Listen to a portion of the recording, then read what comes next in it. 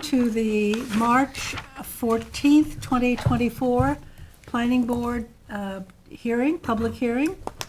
We have a pretty full audience, so just for safety directions, if there's an emergency, leave by either of these doors, down the stairs, out the front door. And you've all signed in the sign-in sheets if you wish to speak, but we'll make sure everybody gets that opportunity. So with that, we'll have a roll call.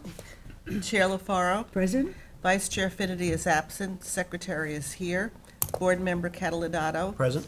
Board Member Mutu. Present. Board Member Neely. Present. Board Member Fulham is absent. We have a quorum. Thank you. Please join us for the Pledge of Allegiance. I pledge allegiance to the flag of the United States of America and to the republic for which it stands, one nation, under God, indivisible, with liberty and justice for all.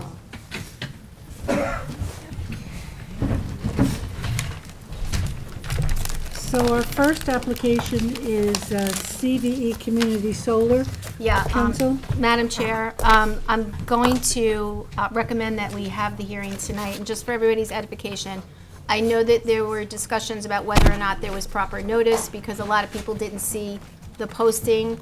I have an affidavit that says it was posted. Having said that, I've spoken with the applicant, and because you're all here tonight anyway, we're going to open the hearing, allow everybody to make their comments. We're going to adjourn it for 2 weeks, allow him to do the posting again in the way that we normally do it.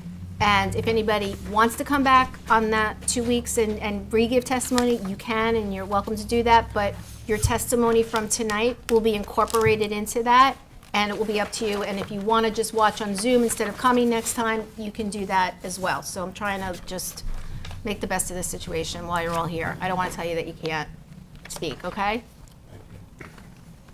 Okay, so Want me to read it? read it, please. Please take notice that in accordance with local law number 14 of 2022, a public hearing will be held by the Southampton Town Planning Board on Thursday, March 14th, 2024 at 6 p.m. at Town Hall, 116 Hampton Road, Southampton, and via video conferencing to consider the pre-submission conference application entitled CVE Community Solar Project. The application proposes the development of a commercial-scale solar project on a municipal lot within an opportunity area, 11.8 AC leased acres, leased of 13.1 acre lot owned by Village of West Hampton Beach in the QER, TPD, and OSC zoning districts, located at 172 South Country Road, Hamlet of Quiog, Suffolk County Tax Map number 900-359-3-47.1. Thank you. Is the... Yes, please.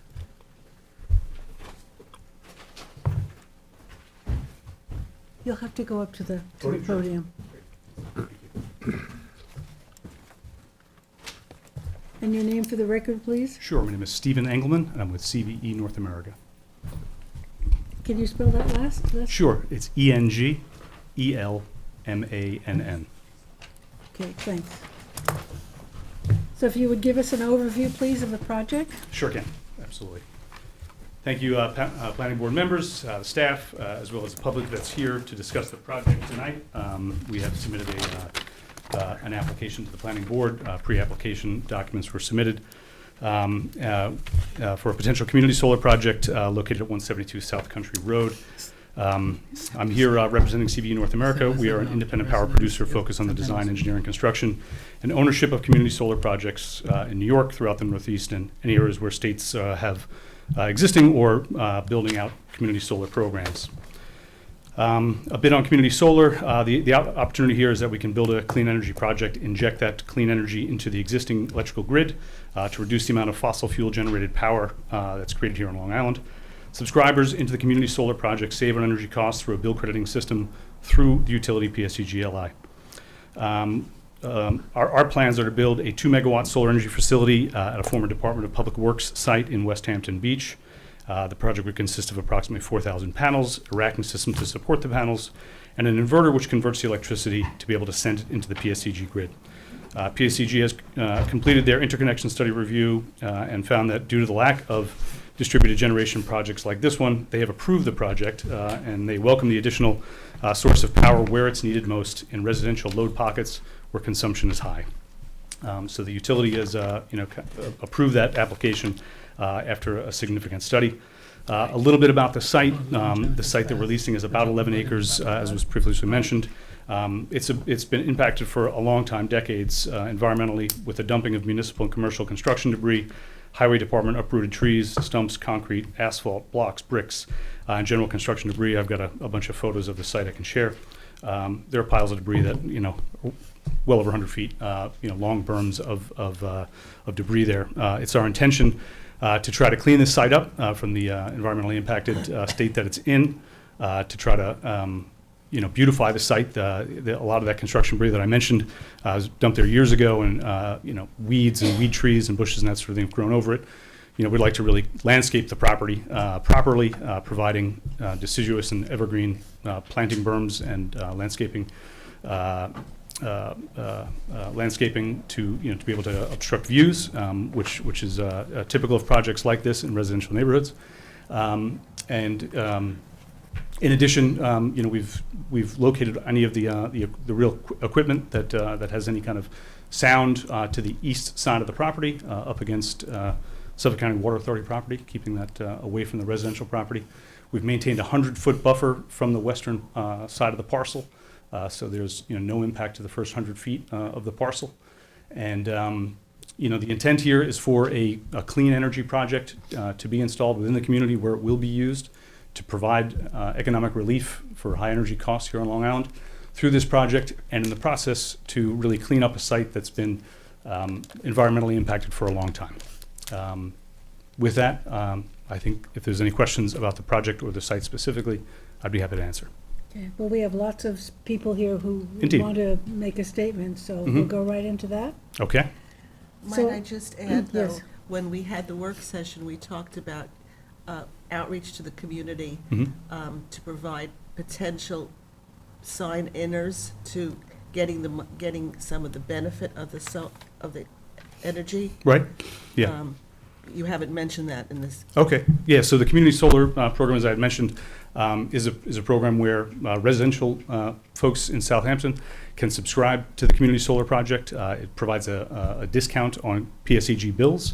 There's an energy crediting, so the energy goes into the grid, and there's energy credit that's provided to residential homeowners throughout Southampton. We also try to target low and moderate income families in the community, but it can be distributed to anybody within the community that has a PSEG bill. It helps to democratize energy such that folks that don't have the typical opportunity to engage in a solar energy project and to get the benefits, the financial benefits of a solar energy project, can do so through a community project. Instead of building on one residential home, we can build one project that can service, in this case, several hundred homes. Thank you. You're welcome. So Joseph Littow, please come to the podium and, Well, I can ask a question. no, you We're going to have public- this to, is where because you put your recording comments in. equipment. Okay. Okay.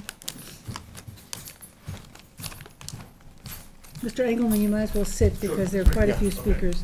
So, actually, And one address the question. board, address Oh, us. I'm sorry. One question I have, Your sorry, name, please? is how many Joseph projects Littow. So you does, just have to identify oh, yourself. Joseph Lito. Joseph Okay, Lito. 17 Jennifer's Path, next to the proposed solar farm. How many projects does CVE have, curious, that in a residential setting like this, have only a 100-foot buffer between a residence or residence's property line and the beginning of the solar array? We'll get an answer from him, okay? Okay. Yeah, Thank that's you. your question. That's one question, yes. I guess that would be sufficient for me. Did you have Okay. any, I'm Do sure you there's a lot of other comments people that that have you'd to like say. to make? Just that, I'm concerned about noise.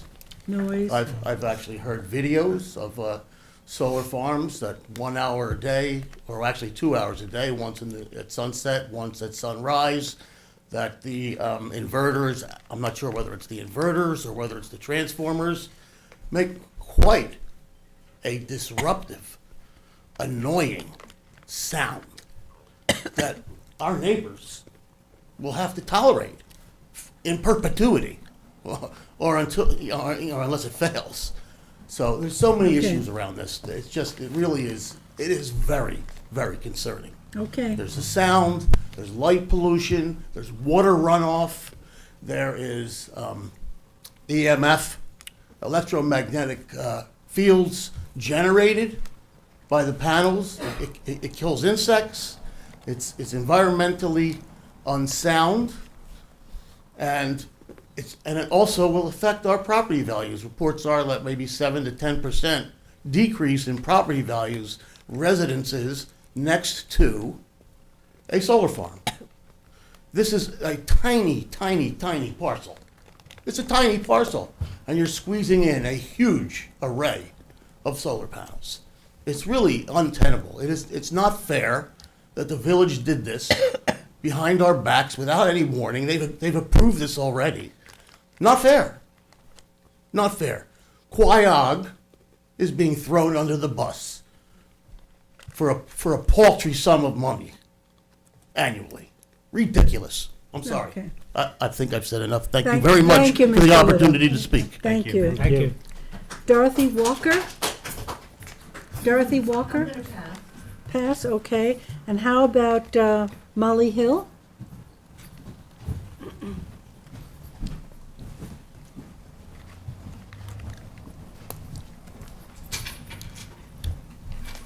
My name is Molly Hill, and I'm here to oppose the solar. We live right, if it is going to be 100 feet, we're concerned about the noise. I'm concerned, I would like to know what happens when there's snow on it. And I know he mentioned about maintaining and cleaning up the site, because it has been a dump for quite a while. But how is it maintained with the wildlife there? If there's going to be growth of grass, and what kind of insecticides are they using? It's right abuts up against Quogue Wildlife, which is our whole neighborhood. We all enjoy Quogue Wildlife, and we really feel that this is going to, impact our wildlife. I mean, we know we have a bunch of wildlife back there right now. We have a fox, we have deer that are in these berms, but that's going to be pushed out. But along with the wildlife refuge there that is used by the whole community, what effects is that going to have on birds and animals that go, use that as a refuge? Okay. Thank you. Got some Thank you. answers for you, thanks. Keith Hill?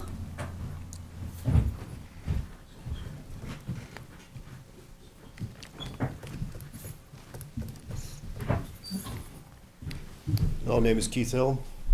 I am mostly concerned about our health, safety, and welfare, and the quiet enjoyment of our properties being destroyed by this noise. And also very concerned about the 100-foot line. I'm not sure how they arrived at that distance, but that is one of my main concerns, is the welfare and safety of the residents in that community and our quiet enjoyment of the property. I believe this noise might be all day long, 7 days a week, is my understanding, and that's my concern. Thank you. Great, thank you. John Lynch? Can I defer to my wife first, and then I'll speak after her? Sure, I don't have her down. What is her name? Caravan. Oh, Cara Beck. Cara, I've got you. I didn't have you as Lynch. Cara. Good evening. Good evening. You all know me as the Director of Housing and Community Development for the town. Right. I do want to let you know that I'm not speaking in that capacity this evening. I'm speaking as a resident. I reside alongside the proposed commercial solar project with my husband and 2 school-aged children. I reside right here. I want you to know that there is a reason why you don't see many commercial solar projects located in a residential neighborhood. And I will tell you why.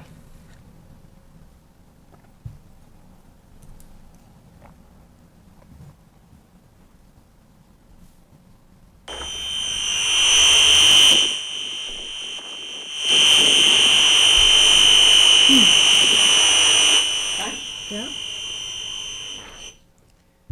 That's the reason. Although a solar farm may seem like a benign use because the solar panels themselves don't make any noise, the inverters and transmitters used to power them do. My neighbors and I will be subjected to that noise that I just played for you, beginning 1 hour before sunrise to 1 hour after sunset every day, 365 days a year. Now, the applicant may tell you that the sound emitted from the system does not exceed the decibel levels within the town code. I'm telling you that even if the level of the noise doesn't reach that loud, it is the constant buzzing sound emitted from that equipment that will create noise pollution as it is defined under Town Code Section 253-1. Under Town Code Section 253-1, noise pollution is defined as machinery that produces sound that disturbs the peace, quiet, and comfort of the neighboring inhabitants in such a manner as to be plainly audible at a distance of 50 feet from the structure where it is located. I'm here to tell you that the sounds emitted from the applicant's equipment will surely disturb the comfort of my neighborhood. There are several studies that recommend that solar panels should be installed at least 600 to 1,000 feet from residential properties. The problem with this site is that it's only 503 feet wide. The applicant stated tonight that the intent is for a clean energy project. It sounds great. We're all in favor of that. But this is a wooded property. The majority of this property is wooded. It will be clear cut. It also backs up to Quogue Wildlife Refuge and clearly will have an effect on the local wildlife.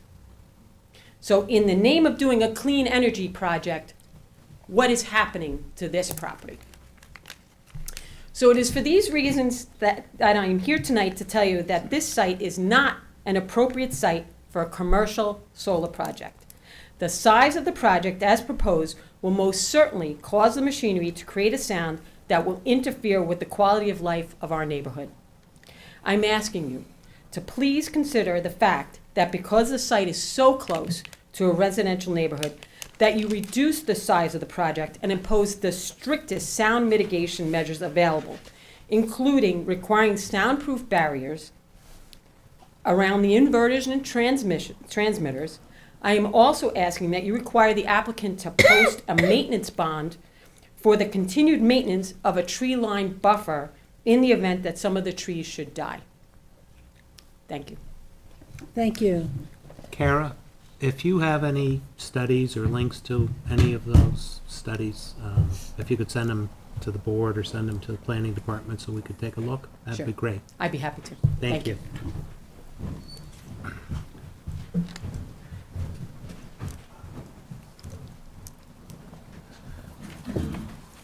John Lynch? Yes, John Lynch. Yes. Hi, how are you? Thank you for having us here tonight. I'm John Lynch. I'm married to that good speaker there, Kara Back. We live at 21 Jennifer's Path, and as she's shown, we are right. If you take a look at the size of this project and compare it to the properties that it's going to be affecting, it's right there on top of us, and it's much bigger than it might even appear when looking at this. We thought it might be hundreds of panels. We heard there are thousands of panels that are going to be set up there. We haven't seen any type of study as to what the effects this would have on the people who live here and other people, and the wildlife around here, but not just us. Now, it's very odd that this property, of course, is owned by the village of West Hampton Beach. It's not in the village, but it's owned by the village. And so it's within the town of Southampton. So because we are Quogue, even though we have a West Hampton Beach address, it's Jennifer's Path, West Hampton Beach, no one saw fit to advise us that this was going on. Obviously, this was in the planning stage for 2 years. I don't know who solicited who, whether the applicant solicited the village or the village solicited the applicant. I think from talking to people at the village, I don't think they know what they were doing or had any idea as to the kind of effects that was going to be happening. But it took no consideration for their neighbors, Quogue, or in the community as to how this would affect property values with the wildlife or just the unsightliness. Now, as much as they can put barriers and stuff like that in trees, This is going to be 8-foot-high panels with necessary 7-foot fences around it to protect it, with power, saying stay out, etc. on it. There's no way you can make that look pretty. It's not like a pig you could put lipstick on. It's not gonna look good at all on it. And it's not a matter of just not in our backyard, because there was enough, but this is literally our backyard. It's coming right into us onto this. The amount of noise, Kara just showed an example of the noise that's on there.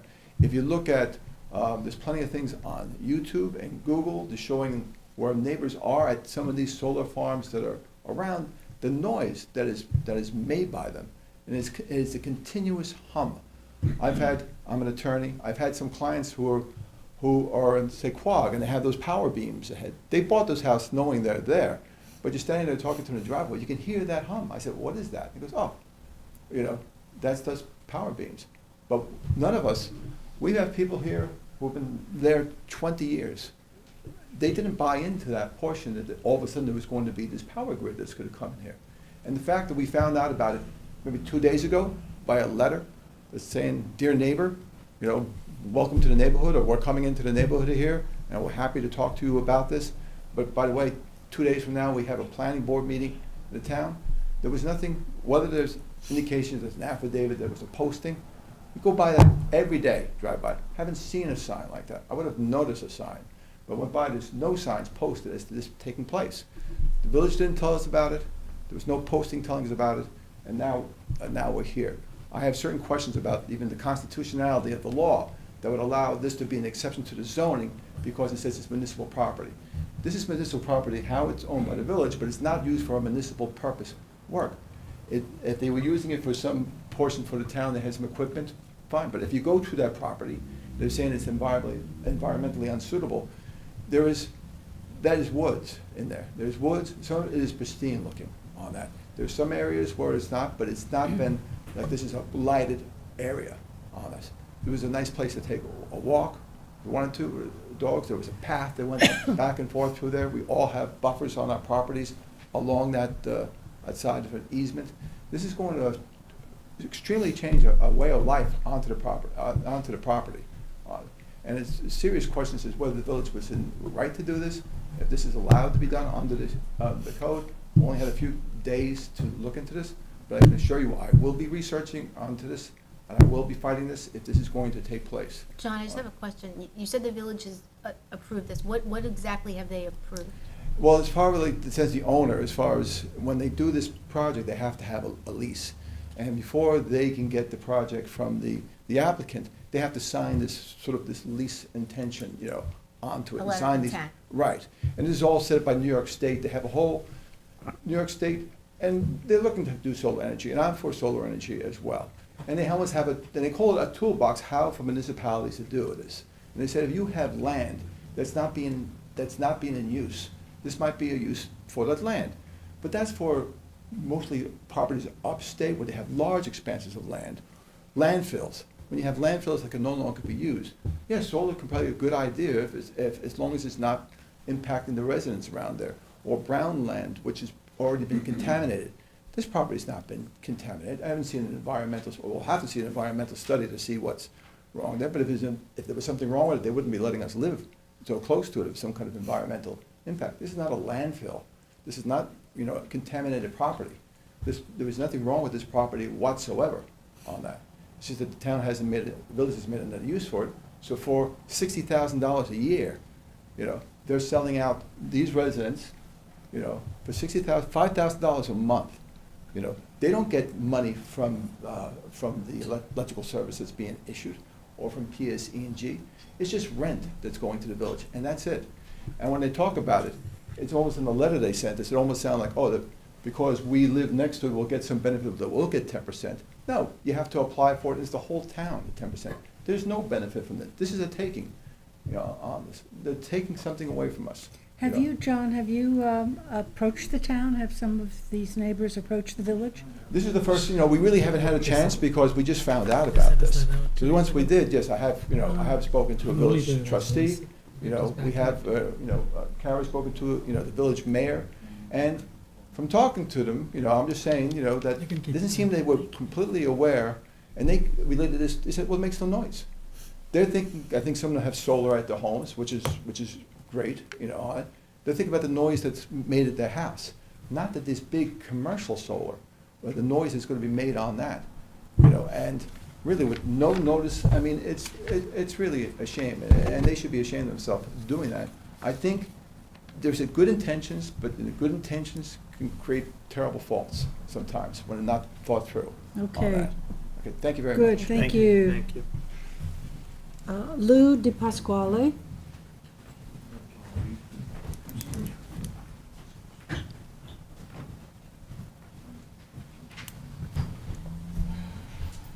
Hi, my name is Lou DiPasquale. I live at 19 Jennifer's Path. I'm neighbors with Kara and Joe. They're on either side of me.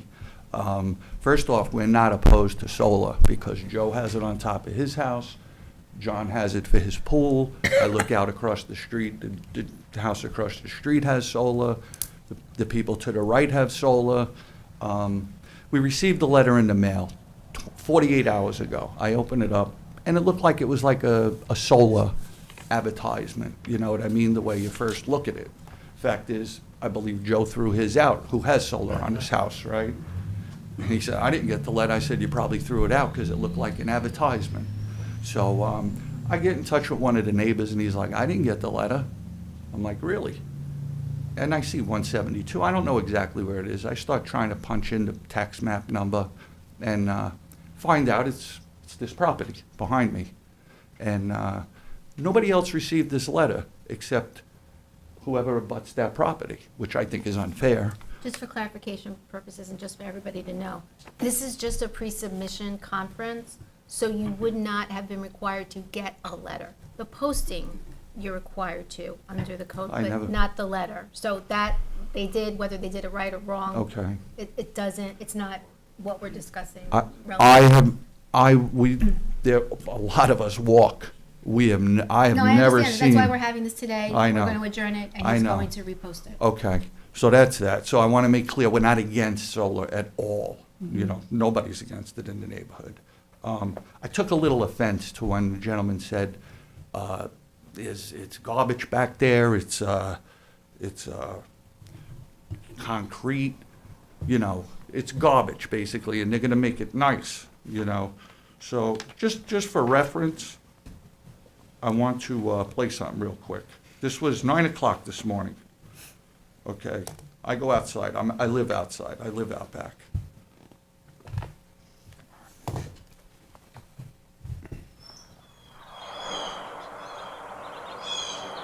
This is out back. You can see the property. The birds are there. They didn't even start migrating at the birds. They're happy there. This is the property. And it goes on and on. And then this was 4:30 before I came here. This is our neighborhood. I don't hear nothing. Nothing. So, my question is, has there been an environmental impact study done? Like on the wildlife? And then also, Google's our friend, right? I Google it, and it says it should not be closer than 0.1 mile away from a residential area, which is 528 feet. We have water, the creek runs up. I don't know if you're familiar with the area. The creek runs up right before you even get to the wildlife. I mean, this has to be looked at. You know, I have 6 grandchildren that play in my backyard, and I was the first one there. First foundation in the place, known as the founding father. John calls me, you know, when we get together. I mean, I love where I live. I don't like where I live. I love where I live. And I don't know, you know, it might be time to pick up and go somewhere else if this goes through. You know, I hate to say that. Retired UPS guy, I want to pass that house on to my children. But I don't think this is fair. I don't think this is right what's going on, so. Okay. Thank you, Thank you. Thank you very much. Jean Tiggins?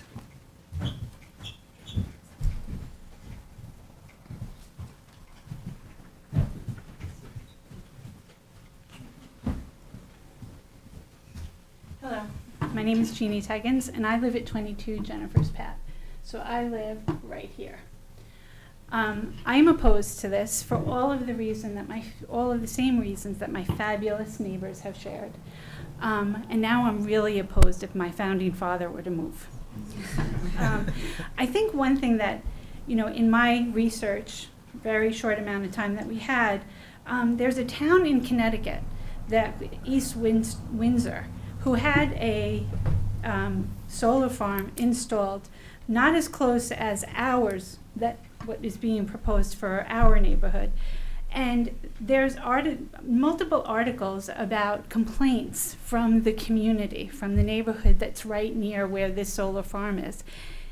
And what concerns me the most is that in the articles that I'm reading, once it's installed, there's no recourse. You have to beg the company that installed it to work with you to try to reduce the noise. And I'll remind you of the noise that Kara played. And so if there's nothing that's going to be done to prevent that level of noise from the get-go, there's nothing that's going to be able to be done afterwards if the company chooses not to work with us. And for that, I am definitely opposed. And again, my founding father leaves. Thank you very much. Thank you. Donna Goebel? Okay. Corey Williams? I'll pass. You're past two. Okay. Leela Mashi or Maski?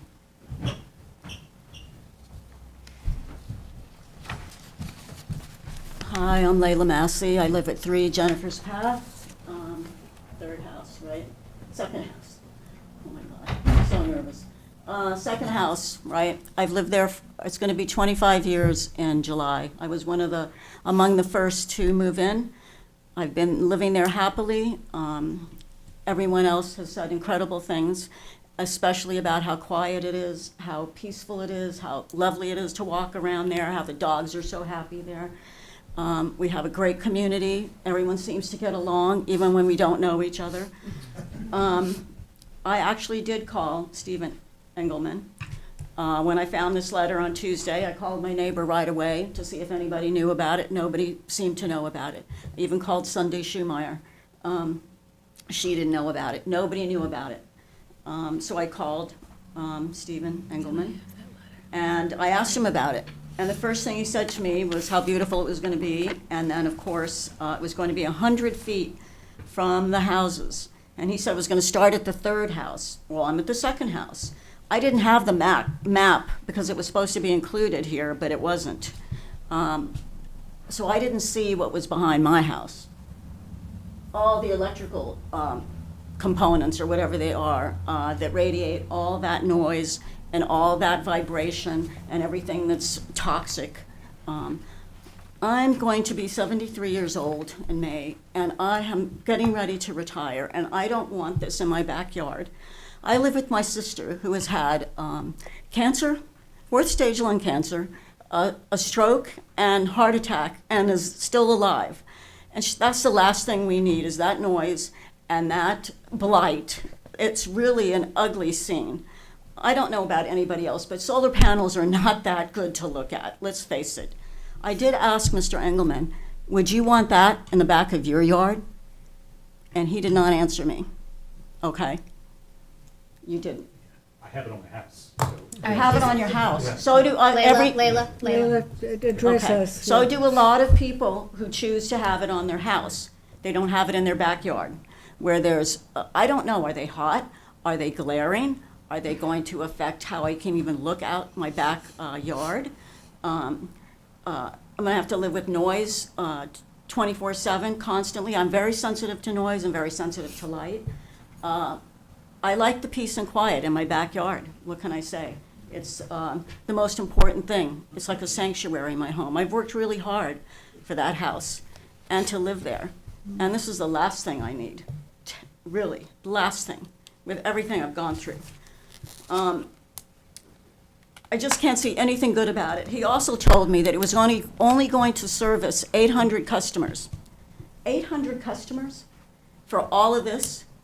And he did say also how messed up it was back there, and I beg to differ. Yeah, there's a lot of sand piled up, things like that, but we like it. It's quiet back there, and it's not disturbing anybody. I'm just, don't even know where to go from here. I really hope that you will consider everything everyone said and realize it is not a good idea. It's not cost effective. It's not even helping us. It says you'll get the chance to get 10% off your electrical bill if you apply. It doesn't even make any sense. Talk about house value. Who's going to want to buy a house right next to this? You going to want to buy a house next to that? Not me. We'll never be able to sell our houses if we wanted to. Okay, you can submit your comments too, Leila. Thank you. Thank you. Okay, Jamie Osborne? Pass. Yes? Pass, okay. And what about Fran Filippoli? I'll pass. Okay. And what about Michael Thompson, Torson or Thompson? Michelle, sorry. Please. Hi, I'm Michelle Thompson. I'm at 5 Deborah Drive. I'm right around the corner from Jennifer. And I don't want to reiterate, it's not necessary. My neighbors have said it beautifully. What I do want to say is that I am an amateur gardener. And right now, most of the literature says that if you are concerned about the environment, leave it alone. By upending it, you're disturbing the bugs, you're disturbing the pollinators, you're disturbing the wildlife, you're essentially potentially destroying millions of small creatures that are going to help feed us because our food comes from the earth. The second thing I want to say is that I just would like to remind the board that this is the same community that's going to be affected by the low-cost apartments that are directly south and across the street. There's going to be noise pollution, light pollution, traffic pollution coming from right across the street. So in a little bit over a year, we are going to be hit by both that new apartment complex and by this solar panel project. And so if we want to go and talk about something that is not fair, I would have to say that truly that is not fair. And if we're going to talk about the value of houses, now we're going to be affected double. So in agreement with my neighbors, I would really appreciate it if you would consider what's being said here tonight and give more thought to this project. Thank you. Thank you. Thank you. Kevin, is there someone online on Zoom? No hands are raised. Okay, so the procedure now? We're Yeah. going to adjourn it for the next meeting. Please speak with planning, and it says on here specifically how it needs to look, feel, and every other direction you need, and comply with that. And then if you all, this is part of the hearing, so anything that you've said tonight will be part of the record. The record remains open until the next time. If you want to send anything in the interim, emails, whatever written comments you want to make. If you want to come back, you can do that again on the next meeting, which is what date? March 28th? So 28th. March 28th will be the next hearing. You can speak then as well if you choose to, or you can watch on Zoom, however you want to do it. And then we'll take it from there. 6, they all start at 6. I don't know where you'll line up in the thing, but Be a process? The sign has to be up on Monday, starting Monday the 18th. so then I would come here tomorrow and make sure that that's proper. And you know where to post it now? Yeah, I was not given any instruction at the time that I picked up the sign, but I'll certainly. It's right in the affidavit. Yes. Corey has a question. Can you go to the podium? Claire, you can give I him, can give him a sign right now. perfect. And just tell him how to post it. Hi, I'm Corey Williams. I live at 23 Jennifer's Path. Could you just explain to the audience the process of the permitting and in addition to the meeting in 2 weeks, what the next steps would be before there's final approval, if we're ever granted? You're not in an approval state right now, you're in a preliminary state, so this is just the very beginning of our process. I don't know what's happened at the village thus far, and John, if you want to share any information you may find, and I'll look into that on my own. But, so at the end of the hearing for the pre-submission conference. In 2 weeks? in 2 weeks, if it presumably ends then, or it's up to the board if they want to adjourn it further. But whenever that ends, after that, there will be a work session that comes up, and whatever time that is, Claire will prepare a pre-submission report. That report is an indication to the applicant, these are all the issues that have been raised by the public and all the public comments and the board members, and these are the things that were said, and these are the things you're going to need to address should you bring an application forward. After that is done, then they have to submit a formal application, and then the process starts. And then there would be another public notification Yes. Yeah. for the Yes. meeting. And then you're required, sorry, Jackie, No, it's okay. you'll get letters, they have to be certified. So you will get, whoever's surrounding the property, was it 500 feet? What is it? Adjacent to Adjacent. that. So your neighbors on the across the street may not get it, so it's up to you guys to communicate. But whoever is supposed to get letters should get certified return receipt request letters. Okay, so and then is this a month-long process then, or? Oh, no. It's, Years? I don't want to say years, but it long. can be long. Oh, okay, It depends. If you get involved with environmental aspects, it could all take a long time. okay, all right, thank you. So pre-submission, I'm so glad you asked that question, because people don't understand. It's pre-submission, which is what this hearing is for. So there's nothing that's been submitted formally. Oh, So this is to get the community input, the neighborhood input, and then a pre-submission report is drafted, and as the council said, all your comments will be in that. and then does your board make a recommendation to the next board? Right now, it's here. And This It's board at the is in planning charge board. of site plan and special exceptions or whatever it is for this application. Oh, okay. If they needed to change the zone, that would be a different board and a different, but right now, they have a site plan that they're putting to us. Oh, okay, all right, thank you. There's a lot that's been said. Do I get an opportunity to? Yes, please. address Sure. some of that? Come. Sure. Okay. So, of course, this is an ongoing dialogue. I want to make clear that the letter that I sent out was sent to the adjoining properties, which is customary with these sort of notifications. My letter was not to inform the neighbors specifically of this meeting, was to open a dialogue so that you guys were aware of it, because I knew the town didn't send anything to you. It's a very early stage, so this is where the dialogue starts, and you guys have the opportunity to be able to talk to the town and to have an open dialogue with us so that, we can either resolve things or not, but it was not really to make you guys aware of this. That I thought was done by the town in terms of the public notice that was given and the sign that was posted. So apologies for any misunderstandings about my letter, but it was really, honestly, just to kind of open up a dialogue so that you guys had direct access to it. And I hope that at some point that'll help. I would caution that, a lot of what's been said and sounds that have been played have to be understood in terms of the size of the project. Although this is a lot bigger than someone's home project, this is a very, very small commercial project. The size of the projects that we're probably hearing noises from are several times the size of this project. They're probably in the 100 megawatt range. We're in the 2 megawatt range. This is a very small project. There is one inverter, and that inverter has a fan on it, and that's the noise that we're talking about. That inverter puts out, it'll put out 37 decibels where the code allows for 65. So this is by no means a noise that is going to irritate or disturb, people. It's at minimum 335 feet away from the nearest, property line to the residential abutters. We've gone through a noise study. We'd be happy to provide more information and certainly, dialogue about it. We want to make sure that people understand, kind of the truth about this project and not every other solar project in the world. And problems that have happened in other states. I can't really speak to other projects in other states or inverters that are, that make those sorts of sounds on much larger projects. There's the scale of the project has a lot to do with the impact.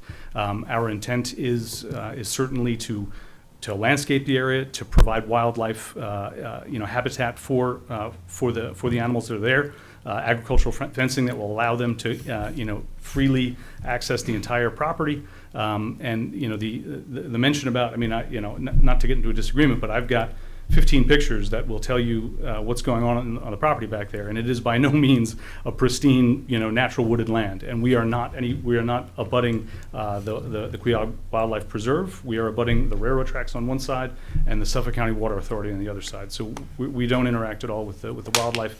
Our intent is to plant in trees and to plant in grasses and to plant in pollinator-friendly plants that are native to the area. That is really such to support the wildlife, the insects, the plants, the birds, the bees, everything that everybody wants. We want the same thing too.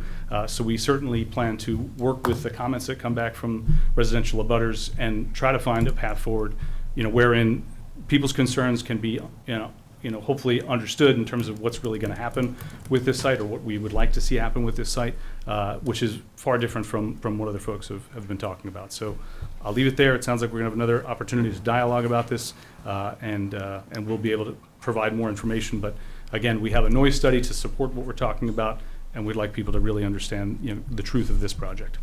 And you can get a posting, Clarevale will give you a posting sign. That'd be great. With instructions on how to post it. Great. Okay, thank you. And you can all come back in 2 weeks if you wish, or come on Zoom, or send letters. So the meeting is held over. So we adjourn it, Adjourned. not closing it, okay? Thanks very much for coming. You want to move to adjourn? Okay, so, You want to move to adjourn? To adjourn. Move to adjourn the oh yes, hearing? move to adjourn by So 3:28. George, motion by Second. George, second by Second. Gloria, all in favor. Opposed, abstentions. Don't we have another public 5 in hearing? favor, 2 absent. Just adjourning then. not close it. Okay. We were getting early dismissal here. I don't see a lot of people. So Brennan? you're gonna read number 2, right? Be ready.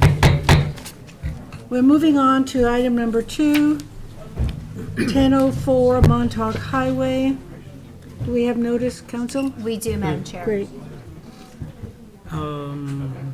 Please take notice that in accordance with local law number 14 of 2022, a public hearing will be held by the Southampton Town Planning Board on Thursday, March 14, 2024 at 6 p.m. at Town Hall, 116 Hampton Road, Southampton, and via video conferencing, to consider the pre-submission conference application entitled 1004 Montauk Highway.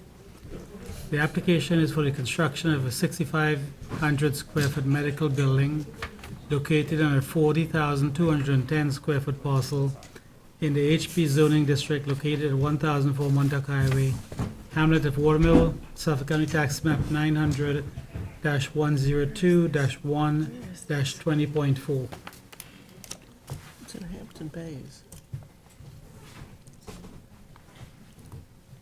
It's Watermill, right? Or it said Watermill notice. Can we possibly get a map up? Kristen, here are these. Do you have anything more for You me? can come to the podium. Okay. This is for CVE.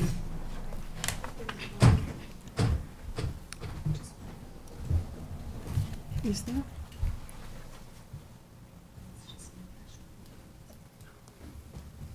Yes, please. Identify yourself for the record. Yes, my name is Alex Holloman, here to speak on behalf of the applicant, Holleman. Okay. Good evening, Chairwoman and members of the board. My name is Alex Holloman, civil engineer from Bowler, here to speak on behalf of the property owner at 1004 Montauk Highway LLC. The subject project is located, as I stated before, in Watermill along Montauk Highway. There's a graphic here that depicts it. It is in the highway business zone per town of Southampton zone mapping. It has an approximate area of 0.92 acres. The site is currently undeveloped with mild sloping topography, and the site is fronted by 2 streets, Montauk Highway, a New York State DOT right-of-way, and Willow Road, a town right-of-way. Oh, that's the one. No existing curb cuts are located on the site. To the north is an existing restaurant, and to the east is Montauk Highway, as I mentioned, farmland beyond. To the south is Willow Road, and to the west are existing automotive repair shops. So the project proposes a new 2-story, 6,300 square foot medical use building. There will be 42 parking spaces, inclusive of 3 ADA spaces, a curb cut along Willow Road, and other subsequent site layout improvements to meet town regulations and requirements. On-site stormwater dry wells, landscaping, and lighting, including a dumpster and loading space. The proposed development requests no zoning variances and will have on-site stormwater and sanitary disposal as is required, and proper water line connection from Montauk Highway for both domestic and fire line use. That's the general overview of the project as it stands now. We've submitted preliminary submission items to the town for to get to this point here this evening. Okay. Thank you. Just to let you know that we would be looking at cross-access agreements on properties like this with the next property. In respect to this property here? No. Yes. The cross-access. Okay, Yeah. not across this way, No. understood. No. Well, it's helpful that the entrance is on Willow. Willow is a very narrow road. And all your parking is in the rear, which is a good thing. That's correct. It'll be a two-story building? Yes. Do you have any architectural? Yes, drawings? so I have a larger premise to help.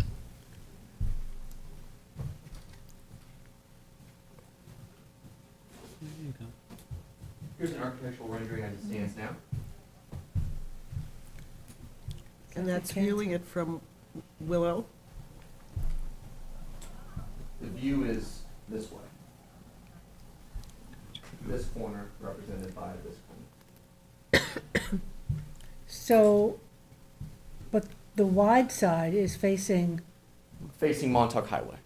and the short end is Is- on Willow. Yes, is north and south. And where is the entrance? Here. It's facing the parking lot. So the parking lot is to the left and back of us in this.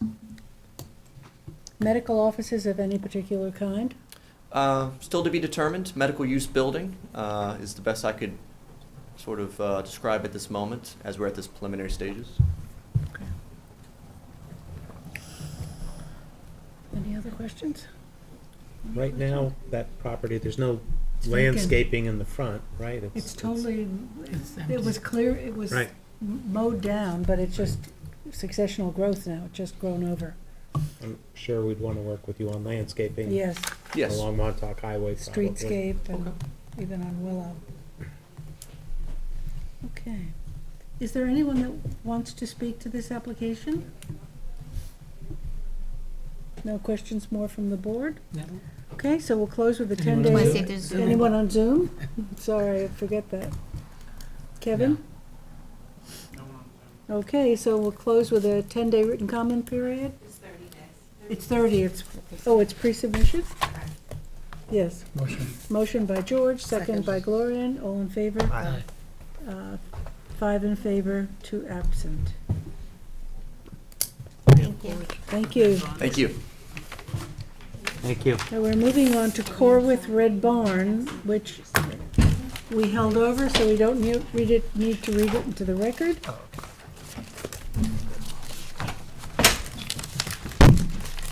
It's you. Lisa Poyer with Twin Forks Permits on behalf of the applicant.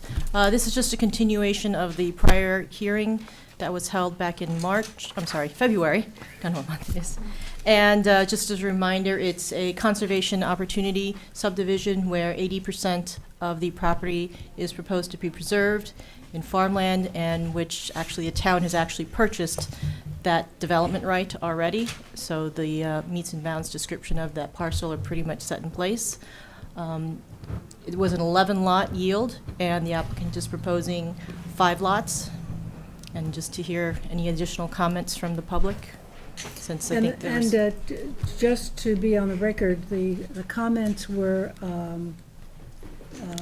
conveyed to the CPF Okay, to purchase those 2 lower lots. okay. So it's those Just 2. correct, and just so that everybody is aware, public side as well, that the subdivision has to be completed for the lots to be created in order for the town to purchase those Right. lots. So I know a lot of people have been discussing about purchasing the lots, but we can't sell those lots Procedurally, yes. until we actually subdivide the property. Got it. So Thank that you. Just to help me understand. Sure. CPF, I assume, bought the development rights? I don't think the No, CPF the town did. The bought town them. purchased the development rights right. originally 10 years ago, 9 years ago, when the first pre-application was submitted to the planning board. That was in 2013. And since then, the town has purchased the development rights for that 80% parcel that has been already preserved. But you said that we need to create these lots now. It seems, how could they not have been? Right now, it still reads as one solid parcel, and the town owns the development rights for this lot, this area of potential future development. If the town wants to purchase, or anybody wants to purchase these additional 2 lots, they can't do so until these lots are actually created Through a the subdivision, subdivision subdivision now. Yeah, Because the subdivision itself will never complete it. Correct. Yeah. okay. So there's no mechanism for these to be sold because they don't actually exist. But you said the meets and bounds, The meets and bounds of this 80% preservation parcel have been set with a deed to the town as far as development rights. So So- these lines can't move. There's a meets and bounds description describing this area for development purchase, which the town has completed, has already been done and deeded over to and sold to the town. but if the Corwith family wanted to take those 2 lots and make it into one, could they? Or they also defined?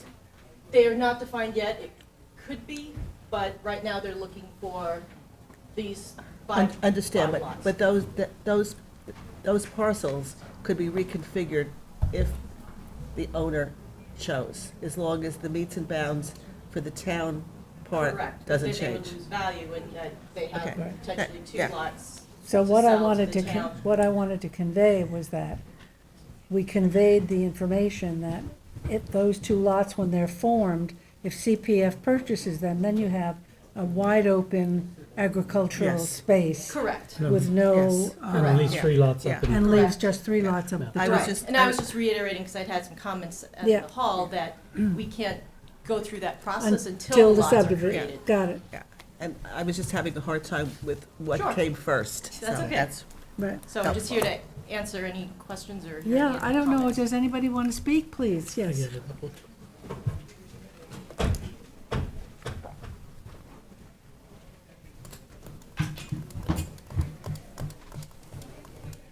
Good evening, Nika B. Strunk from Nika B. Strunk PLLC, 37 Windmill Lane. Just Can you speak hear me? up. No, Okay. hardly, yeah. 37 Windmill Lane, Southampton.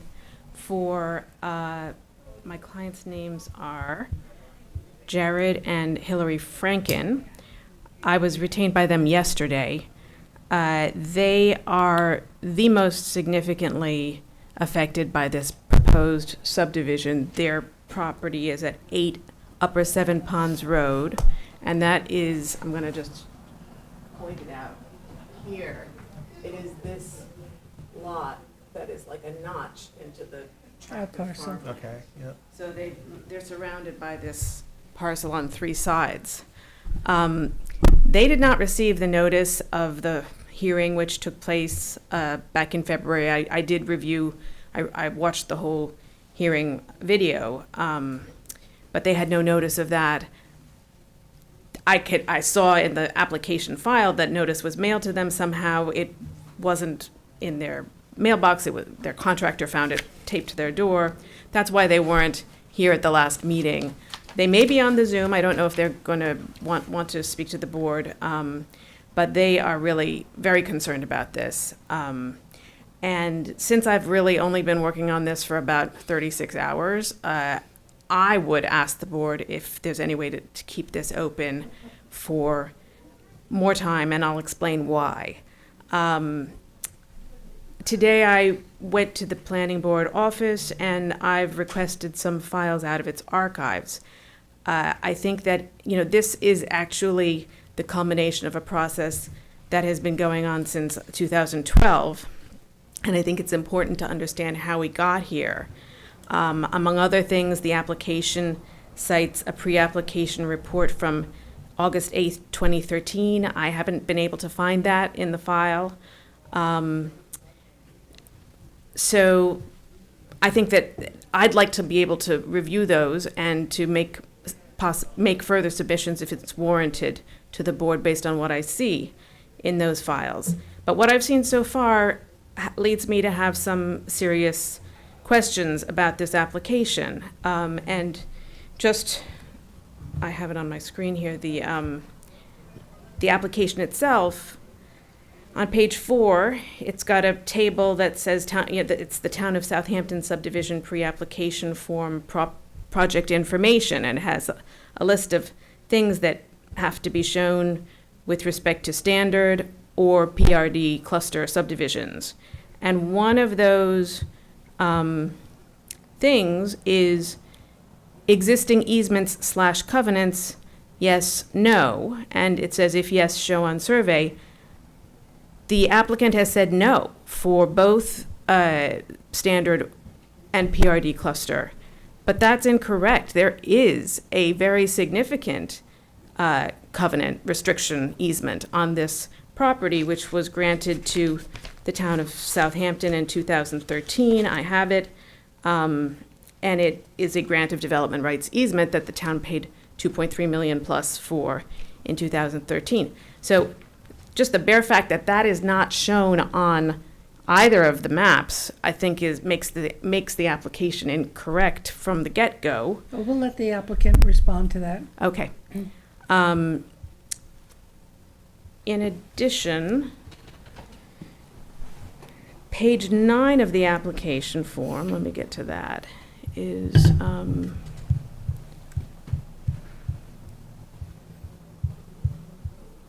sorry. Where is it?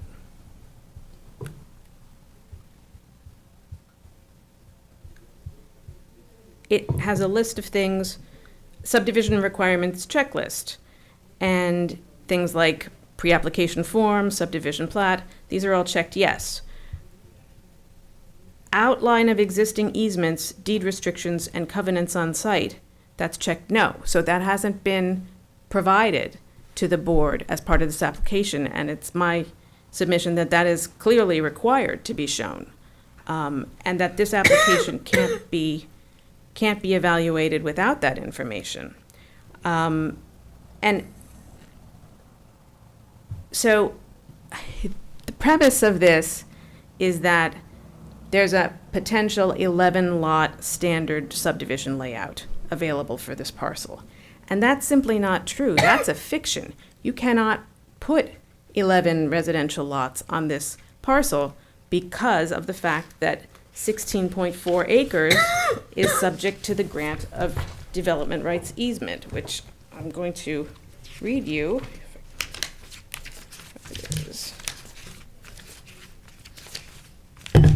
It says, prohibited uses. The use of the subject area, which is the 16.4 acres, for any permanent or temporary residential, commercial, or industrial use shall, and a few other things, shall be prohibited. Now, a residential subdivision creates residential building lots. You can't create residential building lots where you can't have a residence. So I think that the whole premise of this is really a fiction. It's invalid.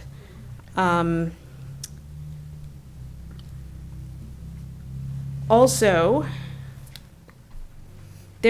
I've pulled every planning board resolution on the application that was available online. They go back to 2012.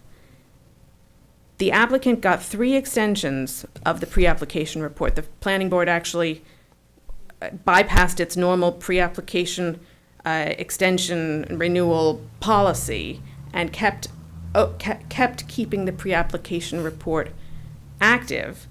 But then it lapsed. I think it lapsed in 2016 or 2017. And during all that time, the applicant did not come back to the planning board to complete the subdivision. And because of that, the applicant is starting from square one with a parcel that is already burdened with 16.4 acres of preserved land.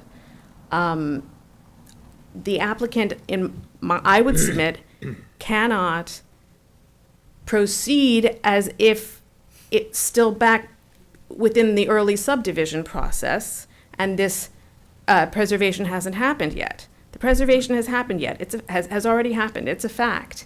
And that leaves the applicant with a 20-acre parcel with about 4.1 acres available for development. So also, something important that I saw when I reviewed the resolutions was the applicant came to the planning board in 2020 seeking the approval of the board, and this is Planning Board Resolution 2020-169, and it's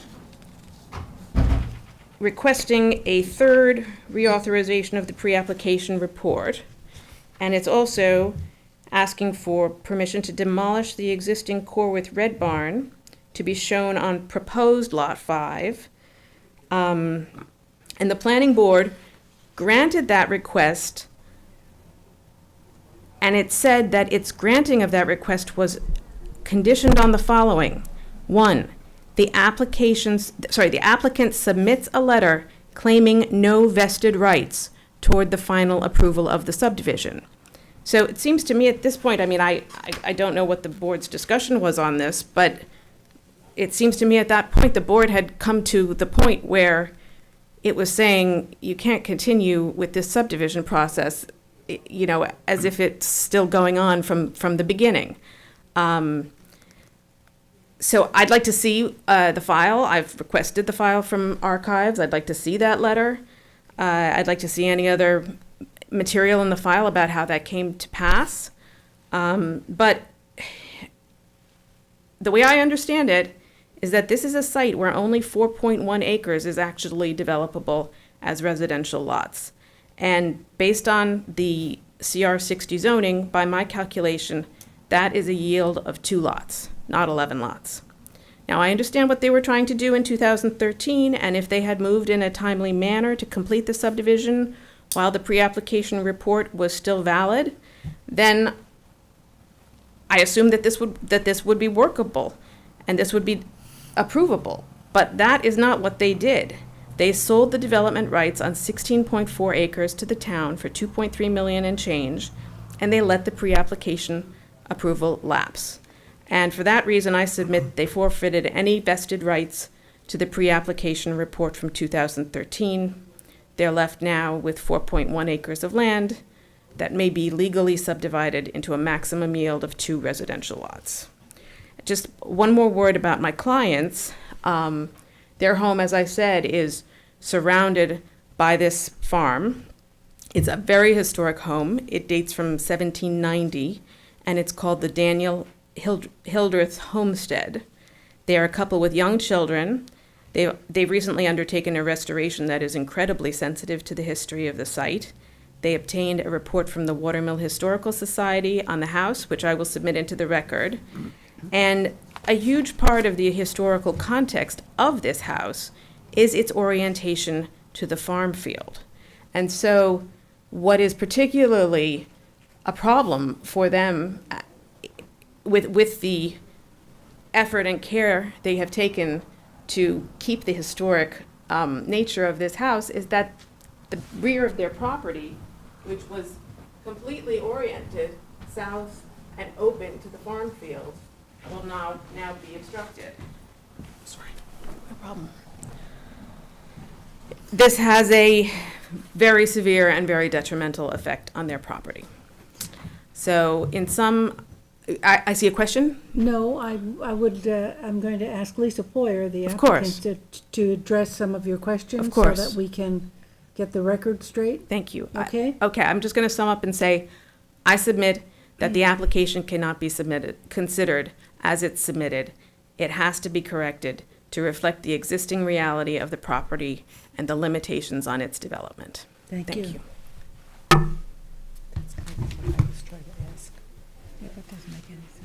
Lisa will respond. I'm just going to say that we can supplement the application with the requested easement information, and then the applicant's attorney will be able to respond via letter to some of the comments raised. But at this, So those dates go back to 2012, 2013? Correct. That's her issue? correct. That's 2013. There were 2 reports issued. One was earlier in the year. that had requested at that time to have these two these two lots located off of here, and that staff report was generated with the pre-app report. They went back and revised the map to move those two lots to here, and that's what generated the later 2013 pre-app report, and so that's how this was decided upon as far as the layout. But these two lots are always there. At the original report, it was, these lots were in this Right. location. And I remember the discussion was that not the best place for for cultivation, because they were smack in the middle of the ag reserve. Right, we had them. Right. Okay, so you'll respond? We'll respond, yes. Okay, you can submit your papers to, letter to us. Yeah. as I said, I haven't had time. Yes, no, I understand. Appreciate that. When, can we leave the hearing open to come back on this? No, but we'll have a 30-day written comment period, Okay. because we've left it open. But as. And we yeah, have to, back for a second. yeah? I mean, as I said, and I think I don't think there's really discussion, the application is not complete as submitted. It doesn't have the necessary information. I don't see how you can properly close the public hearing without that. And apparently, if there's going to be additional submissions by the applicant's attorney, I'm submitting to you that I believe the record should be left open, the hearing should be left open for that. I understand. Thank you. Is there anyone that wishes to speak here? Is there anyone on Zoom, Kevin? Yes, there is.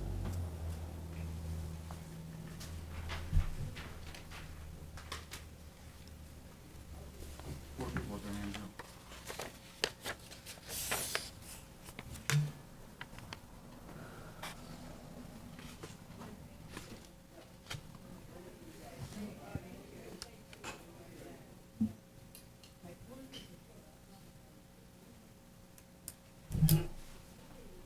Hello?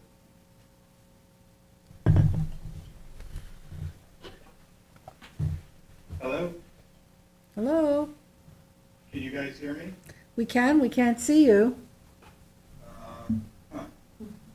Okay, now we can, yes. It may be a little dark, I apologize for them, I'm traveling. My name is Andrew Roop. I appreciate you giving me the opportunity to speak. You did give me quite an opportunity to speak at the last meeting, and I'll try and be as brief as I can. Obviously, this is new news to myself, the attorney speaking about the issues.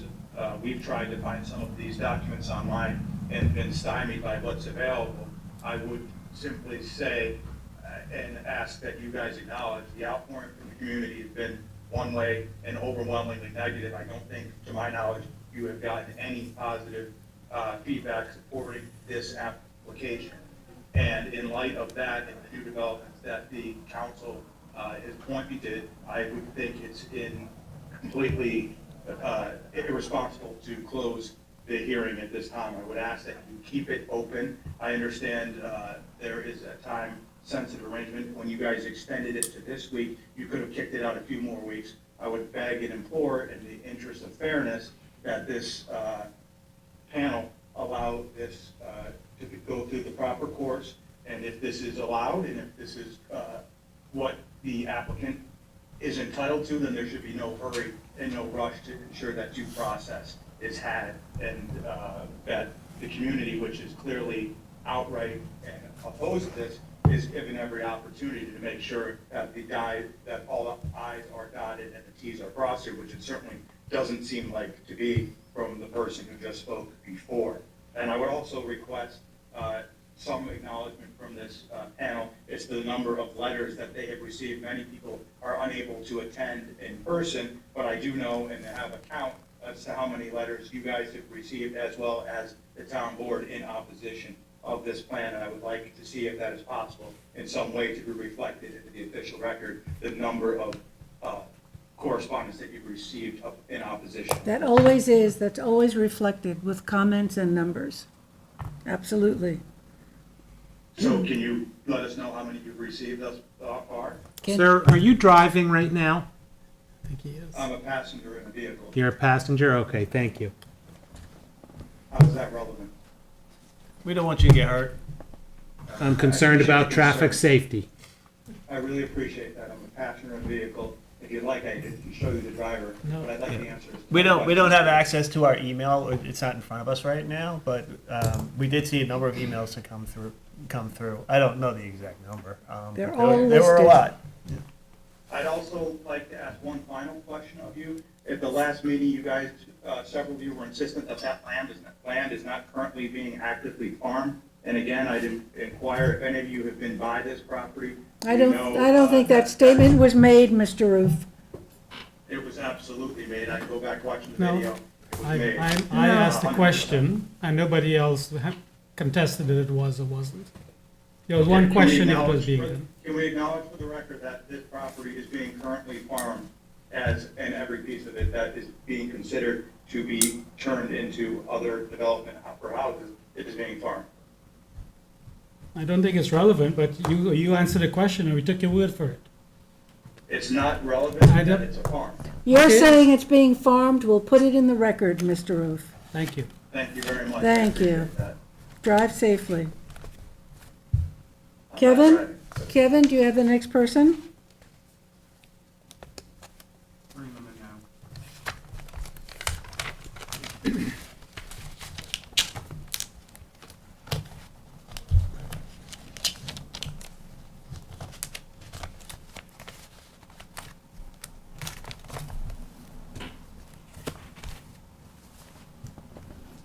Hi, we are Hillary and Jared Franken, the residents at Upper 7 Ponds Road, and we apologize for not being able to be there in person today. We just received notice of this last week.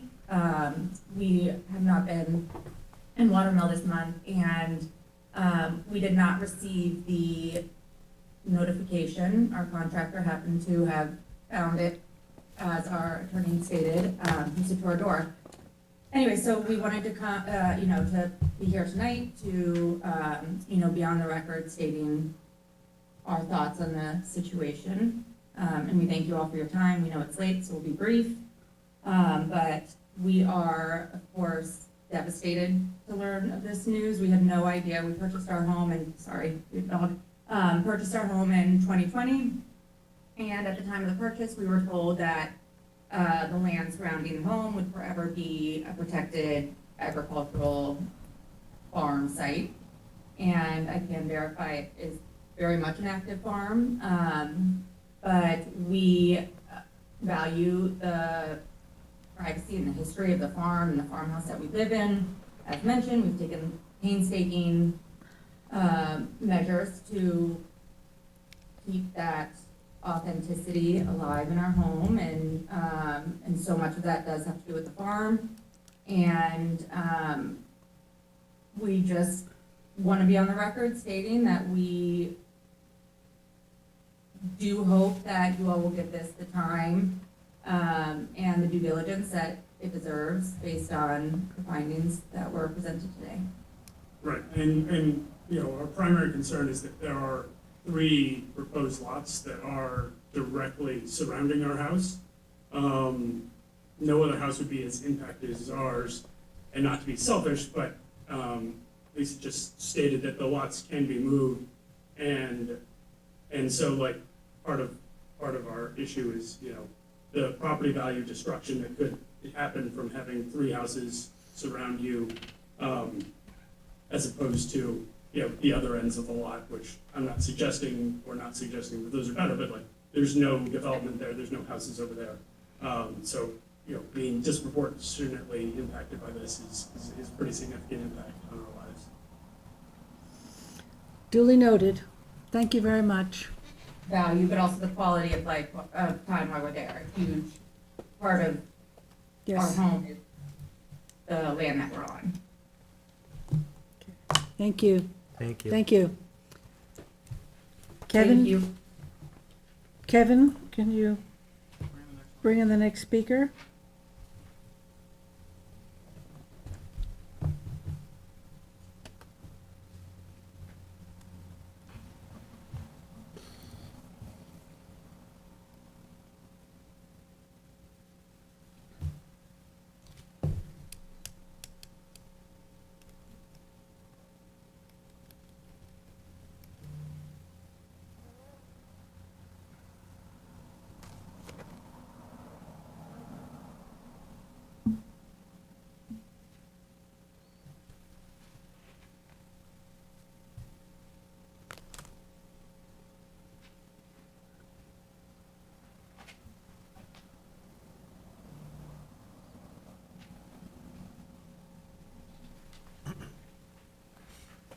Kevin?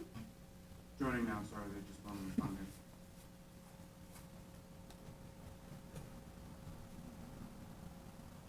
Hello, can you hear me? Yes, we can. Can you give us your name, please? Hi, my name is Catherine Littlefield, and I live at 22 Mill Farm Lane. And I am here to support the presentation by the attorney and representing this couple that just purchased this land, and for the residents of Mill Farm Lane and Winding Way who will be impacted by this. And I'm requesting that you please reconsider keeping the meeting open and to do more fact-finding, and we will just support whatever conclusions are drawn if they're properly researched and drawn. Thank you very much. Thank you.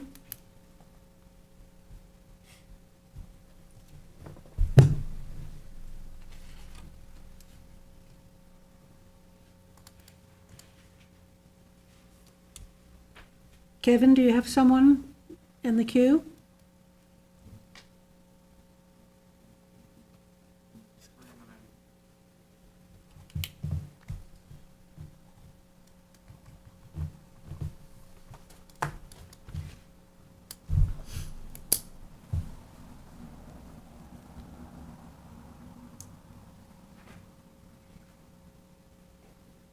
They keep declining, so never mind. No? They declined. Okay. Is that it? That's all. Okay. So this is a pre-application hearing, and typically it's a 10-day written comment period. Will extend it to a 30-day written comment period. You've already had the 2 weeks prior, so I'll entertain a motion for a 30-day written comment To period. close it. with the To close it, yeah. Yeah. Moved by George, second by Tom, all in favor? Aye. Opposed, abstentions? 5 in favor, 2 absent. Okay. Just ask a few questions. I didn't want to close up the meeting. Well, we're pretty closed right now. I'd asked for anybody's. He actually anybody- had his hand up. Did he have his Yes, hand up? yes. You didn't, sorry, you didn't ask. I was kind of waiting for that. You can reopen. Okay, we'll have to reopen the hearing. Well, you could rescind. Rescind the last vote, okay? Do I need a vote on that rescission? Yes, you do. Okay, so. Motion. Motion to rescind. rescind by Craig. Craig, second by Glorian, all in favor? Aye. 5 in favor, And I apologize, I'll be quick. 2. No, we're still, Need one more speaker. well, maybe Please. one more. Anthony Milazzo at 80 Winding Way. So we're in the cul-de-sac, affected by the two lots off the cul-de-sac. I spoke last time, my wife Lisa spoke last time as well, and we submitted an email letter, so I think it has kind of all the information in there. But hearing everything that we heard tonight, I just had a couple of questions that I just wanted to try to clarify. One is, in terms of, let's say it actually all goes through and these lots are the ones that are gonna be there. There was a conversation about the town acquiring those lots. We don't have any idea what that process would be. So we want to get additional information about how we would go about trying to advocate for that to occur. Okay, so Ms. Poya said that you have to have an approved subdivision plan first, so this would have to be approved, Right, and then the town, CPF, could purchase those 2 lots at the bottom. okay. If the seller is willing to sell. If the seller is willing to sell it. Lisa, do you? Or any of the lots. Or any of the lots. Any of those newly created lots, any of the 3 up around. Right. 5 or 3 or 2, right. And But what the does that com- mean, CPF is gonna? The could- Community Preservation Fund is a fund. Right. That's generated by a tax.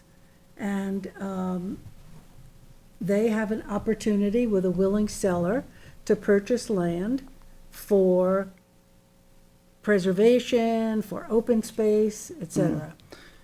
Okay, so as soon as the lots get approved or whatever That's right. whatever the process is, Then is there a process that happens then that the we can? CPF, okay. right. Yeah, Yeah. and then it would eventually go to the town board. And then if you wanted to, contact the town board with letters of support, you could do so. Okay. And- property has to be appraised, I believe, for the value and Right, and that's why worked it out needs a with, sub- we have a community preservation fund department. Right. If you want to reach out to them with regard to the process or how the town purchases Okay. land, And- they could probably explain it. In general, what's the success rate on that? Do they often come through, or is it, Yeah. 1%? Depends on the Okay. land. Yeah. But, I was on the CPF advisory 4 or 5 years ago. You know, that would be a desirable parcel. Those are the types of parcels that are typically targeted. Right, exactly, because they're jutting out into the middle of the farm, and it would just and be it's a nice working farm, to so- keep that. Exactly, keep open. And I understand, the conversation about the other side too. When you're driving on 7 Ponds, if you want to look down, you can see the farm. It's really beautiful, and you're closing that off. It just kind of creates, just that lack of open space feeling. The other question that I had is, so I'll just kind of step over here a second. So we live here, and this is partial view blocking for us, but then our front yard is right here. Do you happen to know if this part of the land, this is another whole farm right here, is that preserved as well? Or I don't is know. that, because again, when we bought it, I thought everything was preserved, and we It's had, agricultural reserve, that whole, I think it's another 25. So yes, that piece is. It's an ag reserve. It is, yeah. So- Did the town buy the development rights on that? Where's the, That piece on the bottom. that's in, oh, this piece here? No, the big parcel. the big piece, this one yeah. here. That's it. Oh, it says agricultural It's a ag reserve. Okay. I could look to see, I think it was part of, no, that was this one, sorry. Yeah, and while So it she's is an looking for- agricultural reserve. Okay, so just in terms of terminology, that means it cannot be built on, right? Okay. Oh, yeah, it was part of that subdivision, so it was, when this was subdivided, they used the That- word reserve. So This that's lot the open here, space parcel? And this is, and this one here, yeah. Okay, so the Corwith part, the one that we're talking about, what's the terminology there? What is that called if it's not an agricultural reserve? It is an ag reserve, but it's being developed as a conservation opportunity subdivision, which means 80, Okay. no, it's simple. Yeah, yeah. 80% is being preserved, Right, and that preservation has happened. The town bought the development rights, nothing can happen on it. But the 20% has been divided into 5 lots, and they are permitted to develop 5 lots. okay, so the agricultural reserve below that, the second one that we're talking about, can that one also, I have no idea, that's not an Okay. application in front of us, so. but just in terms of the terminology and understanding? I don't know. It yeah. has no more development rights on it. It has, Parcel to the south. but has no more development It rights. could still be used for agricultural purposes, which there's a whole range of activities, not just farming. It can be Horse farm. Horse it could farm, be pool a of, Tree farm, Yeah. Right, I that's understand that. guided by New York State Ags and Market. Okay. All right, the other information I included in the letter, but there is the last thing I'll just mention is the traffic that happens on our block. It's really extensive, and I think a few people mentioned it the last time. It hasn't come up at this meeting, that in the middle of our block is a Jewish community house. I think it's called a Shabbat, but on the weekends, in the summertime especially, there are literally dozens of cars on our block, pedestrian traffic, and so, and then by the way, since we moved in 2020, 3 houses have been built on our block in vacant lots, and so, the addition of 2 additional houses on top of that, on top of the Shabbat, just would create some, enormous amount of traffic and congestion on our block. So I just kind of implore you to think about that when you're looking into the, the approvals. That's it. Thank you. Thank you. we have 2 other people. Anybody else want to speak? Does anyone else want to speak? Okay. Last call. Does anyone else have pizza on them by chance? Motion to close with a 30-day written comment. We have people on Zoom. Oh. They just appear. We must have all been really bad.